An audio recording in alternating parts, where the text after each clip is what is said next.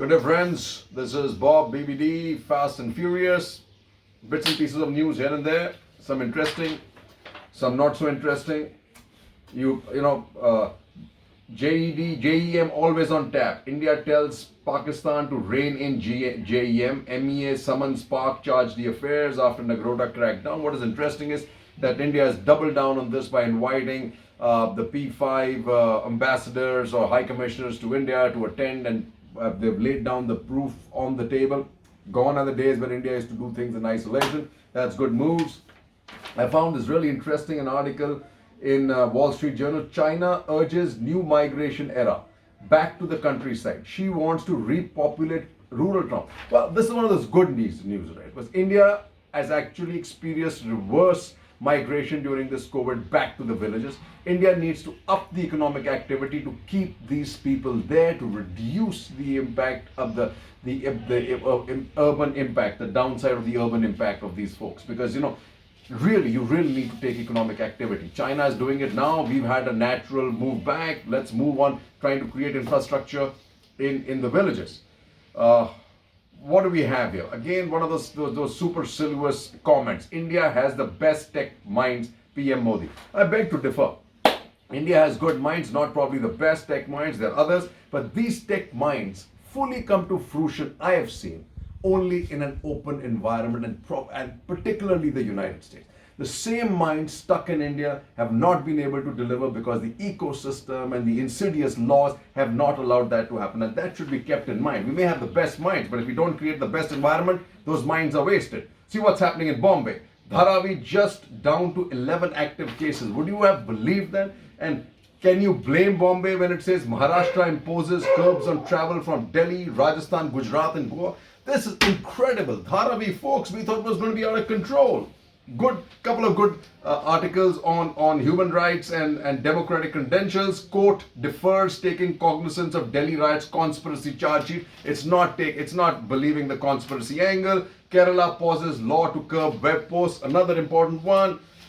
Verdict against conversion for marriage not good at law. Allahabad High Court. This is also very critical.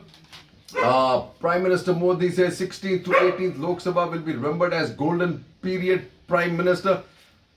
I'm not sure I believe that, right? It's a stretch of imagination, demonetization, your economy that's going down a tube, unemployment high up and up. You had cow lynching, you had all kinds of CAA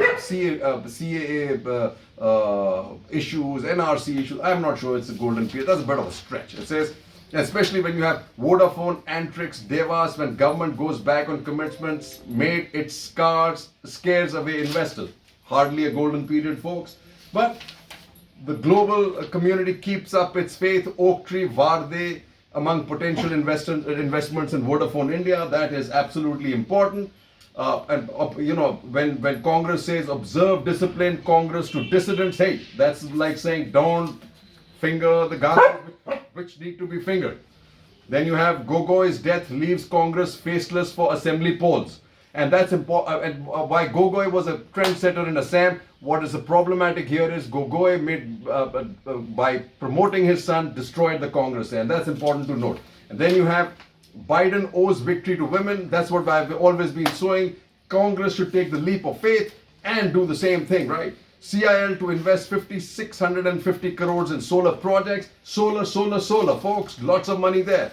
Then you have US drafts list to ban 89 Chinese companies. Good news for India.